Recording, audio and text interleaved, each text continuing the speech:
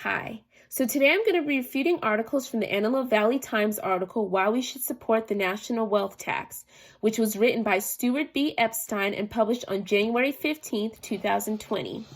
Now, a little bit of a background about this article is that it introduces the fact that in 1999, Trump proposed the passage of the national wealth tax, which gave a 14.25% tax on all individuals with a net wealth of $10 million and higher. Now, it may seem like a good idea based on what the author says, and we're going to move forward onto the three major arguments on why that the author makes based on why we should support the national wealth tax. Now, the first major argument that the author implies is that Trump did this in order to pay off our national debt, in addition to the remainder going towards the Social Security Trust Fund, that making it a solvent for the additional years to come. Now, my response to this is that, according to National Public Radio News article, if a wealth tax is such a good idea, then why did Europe kill theirs? Which was written by Greg Rosalsky and published on February 26, 2019, where it states that it will call for a significant increase in the IRS's enforcement budget, not to mention that it will cost a lot to track and put a value on every rich person's stuff each year, or every year, sorry. So would it take a lot more effort to do this? It doesn't sound like it's going to be very easy to do, and it would cost a lot of time and effort as well, not just the money factor, but it will cost a lot in time and money. We have to go back to all those rich peoples that are in America, and we have to see how much their assets or how much stuff they have that has much value that will go forth with making this tax. Now, the second major argument that the author makes is that, yeah, I'm taking money from the super rich and giving it to everyone else. Now, that may seem like a heroic thing to do and very beneficial to struggling Americans now, but the response I have to give is from the New York Times article, which was published on November 15th, 2019, written by Paul Sullivan, Raising Billions from Billionaires. Tax experts say it would not be simple, where he pulled out a quote used from Eugene Poling Jr., from a partner at the Saul, Ewing, Arnstein, and Lur in West Palm Beach, Florida, stating that I'm not saying it's a good or bad thing. It's hard. I'm not saying it's a good or bad thing, but it's not simple. It's actually hard to implement. It's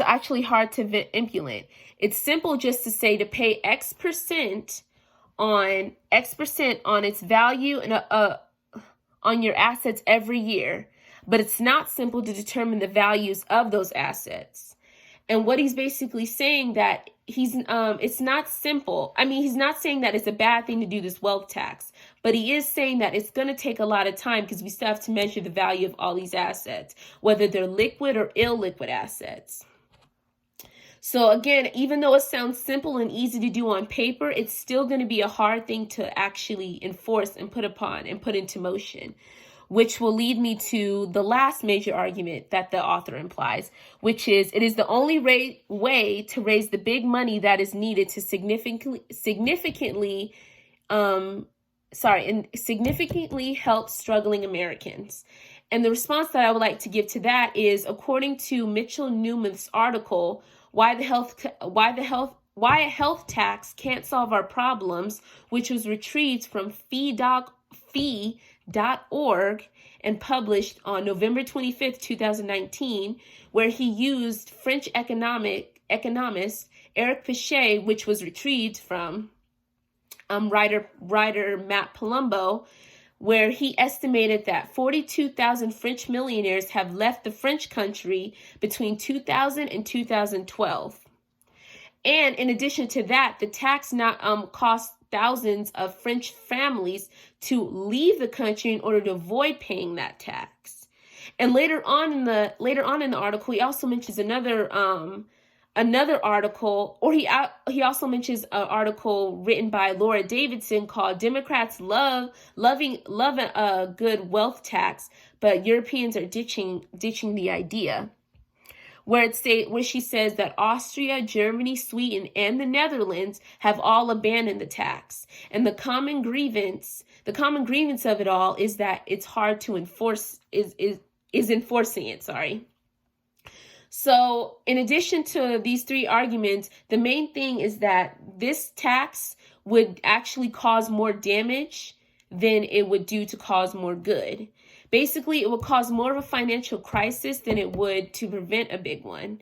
You have to think about cost, value, time. You also have to look back on what this wealth tax has done to other nations, including the European, where it started in 1990 it started in 1990 with at least 12 countries, but in the end, it only went down to 3, which include Norway and Spain. To be honest, I forgot the last one, but